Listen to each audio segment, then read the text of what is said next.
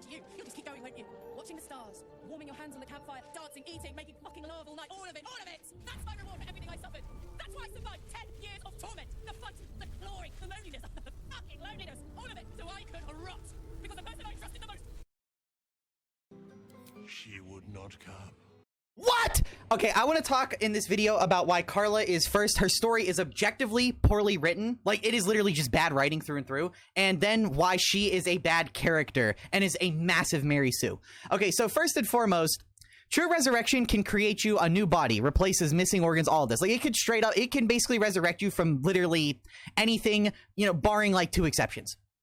Gale has a scroll of true resurrection. So, I just want to point this out. Carla's whole story is about how she spent most of her life alone, fighting, betrayed. Now she's finally found companionship with your party, love, all of this stuff, and she's loving it. She's soaking it all in. Well, if she dies, Withers can just bring her back. And even if the writers were going to go the route of, well, Withers can't bring her back, you know, like he doesn't with the first Dark Urge kill, Gale can do it. Because after the end of the Absolute, Gale gets to keep his scroll, and, you know... They just went on this big long adventure, and Gale is like a pure-hearted good character. There's no reason he wouldn't do this. So there is literally no angle where Carla's story holds any weight of any kind. Because it's like, okay, you die. We have 2 means of truly resurrecting you. Like, good. Let your heart burn out. Go ahead, die. We'll just bring you back. And then you get to come back, no strings attached. No more Zariel, no more nothing. You don't have the Infernal Engine, so they aren't going to care to hunt you down. You get to live your life. Like, you'd think she would be like, oh my god, fucking kill me right now then, please. But granted, you would have to let the heart burn out first for that, you know, resurrection to work. But anyway, there is no stakes in any of her story. None. There is 0 stakes in this story. Because there is multiple avenues, all of which logically allow you to bring her back. So, again, her whole story falls flat because if you think about it critically at all, she's not gonna die. There's literally no angle where Carla is permanently dead. But then they pulled this shit when in the update that added the post-credit scene, because people like me who, you know, aren't just susceptible to emotional gut punches and actually like stories that have like logical internal consistency, were asking about this. They fucking pull this. She would not come. With no explanation, just she would not come. This is literally called lampshading. So Carla, whose whole character is about, you know, wanting love, wanting companionship, never being alone again, she now has an opportunity to get everything she's ever dreamed of. And mind you, it's not like she has a family waiting for her on the other side. She spent all of her life betrayed and alone. She has nothing and no one. And, you know, the D&D afterlife, it ain't exactly the best place to end up, especially if you're a fucking former hell soldier fighting in the Hell Wars. Like, there is literally no logical reason to do this. So either within the span of 4 months, everything about Carla changed and she's just a completely different character, some fucking how, or the writers just didn't think about this. And that's what it really comes down to. The writers didn't think about this, and they just expected the average person who was going to play the game wouldn't think about this. But when it turned out that enough people knew enough about D&D to say, wait, this makes literally no sense. This would be like if fucking a femboy Alstafo cosplayer. This would be like if I said I beat Brock Lesnar in a street fight.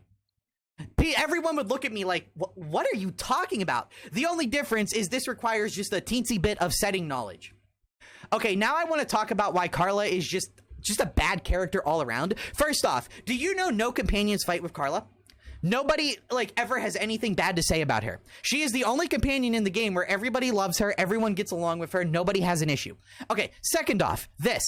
Hate an Inferno, but that's an easy one. She says Ice Devils, by the way. Really, Ice Devil, the challenge rating 14 monster. The monster that can one-shot you with one of its 3 attacks per turn. The monster that is like 200 HP and 18 AC. Really, the monster that if you sent 50 level 4 barbarians at it, they would all get fucking killed within like 5 turns. Okay, so tell me more about how you killed this creature. No, seriously, I'm interested.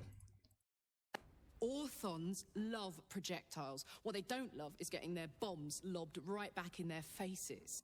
Really, tell me more about how you killed this creature that is a boss in both Act 2 and the hardest fight in Act 3. Please, tell me more about how this endgame boss level monster, you managed to beat it. I'm genuinely curious.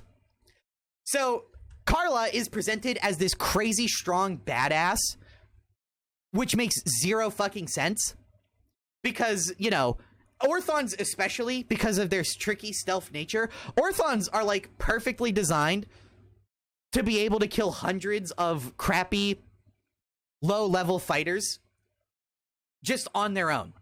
Which, by the way, if you remember, when you meet the Orthon for Raphael's deal in Act 2, he slaughtered literally hundreds of Dark Justiciars on his own.